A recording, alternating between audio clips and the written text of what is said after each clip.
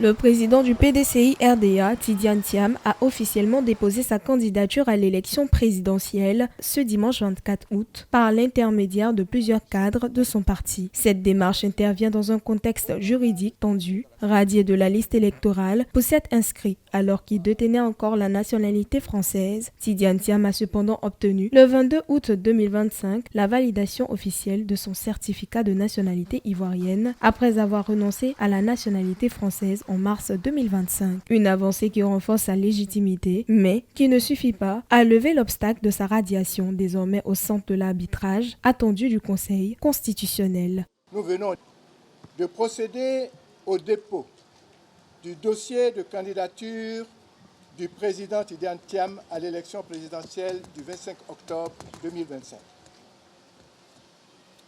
Une candidature porteuse d'espoir et attendue de tous. Avec chaque Tidiane Thiam, la Côte d'Ivoire reprendra le chemin de son vrai destin, celui d'une nation ambitieuse, avec des femmes et des hommes en bonne santé et bien formés, attachés à transformer les richesses du pays pour une prospérité ressentie par tous.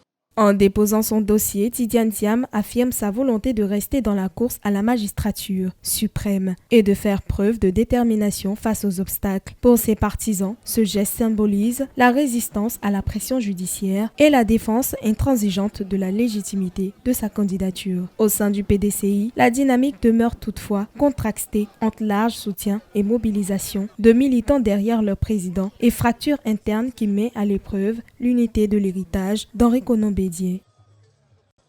La joie et surtout la fierté d'être parmi cette délégation qui est venue porter la candidature de notre président, le président du PDCI et le président Tidiane Thiam. Nous avons foi, nous savons que le dialogue va triompher et qu'en politique, rien n'est établi, rien n'est définitif. Et nous savons que nous serons candidats et nous allons remporter cette élection présidentielle en octobre prochain.